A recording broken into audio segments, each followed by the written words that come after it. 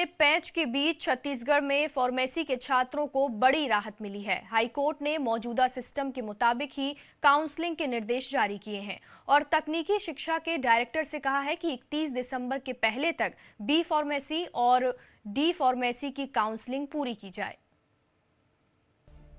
Supreme court ने pharmacy college में admission के लिए 31 दिसंबर तक का वक्त तय कर रखा है। ऐसे में तय तारीख से पहले काउंसलिंग न होने की हालत में सत्र 0 ईयर घोषित हो जाता।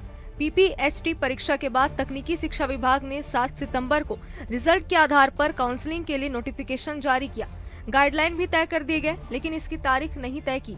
ऐसे में छात्रों ने हाईकोर्ट का दरवाजा खटखटाया, जिस पर सुनवाई करते हुए हाईकोर्ट ने मौजूदा सिस्टम के मुताबिक ही काउंसलिंग के निर्देश जारी किए और कहा कि 31 दिसंबर के पहले तक बी फार्मेसी और डी फार्मेसी की काउंसलिंग पूरी की जाए।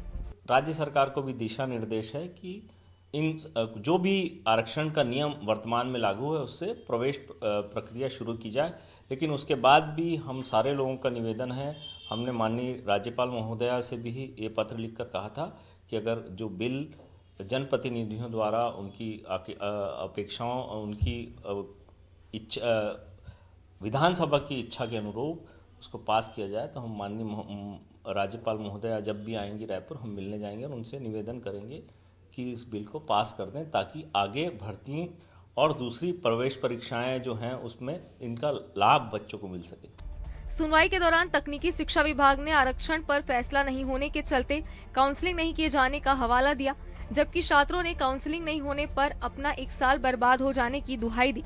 इधर शैक्षणिक संस्थान से जुड़े लोग भी छात्र हित में पॉलिसी बनाए जाने की मांग कर रहे हैं। जब हेल्थ में एडमिशन्स हो रहे हैं तो बाकी डिपार्टमेंट्स में, चाहे वो हायर एजुकेशन हो, चाहे वो माध्यमिक शिक्षा मंडल के थ्रू बीएड का हो, उसमें एडमिशन्स क्यों नहीं हो रहे हैं।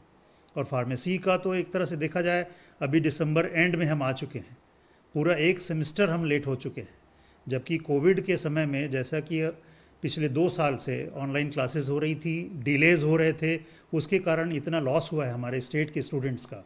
उसके बाद फिर ये डिले होना, जबकि ये हम मानते हैं कि ये हमारा रिकवरी का पीरियड है।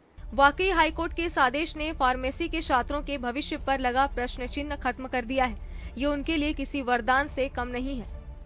INS 24/7 के लिए रायपुर से मोनिका दुबे की रिपोर्ट।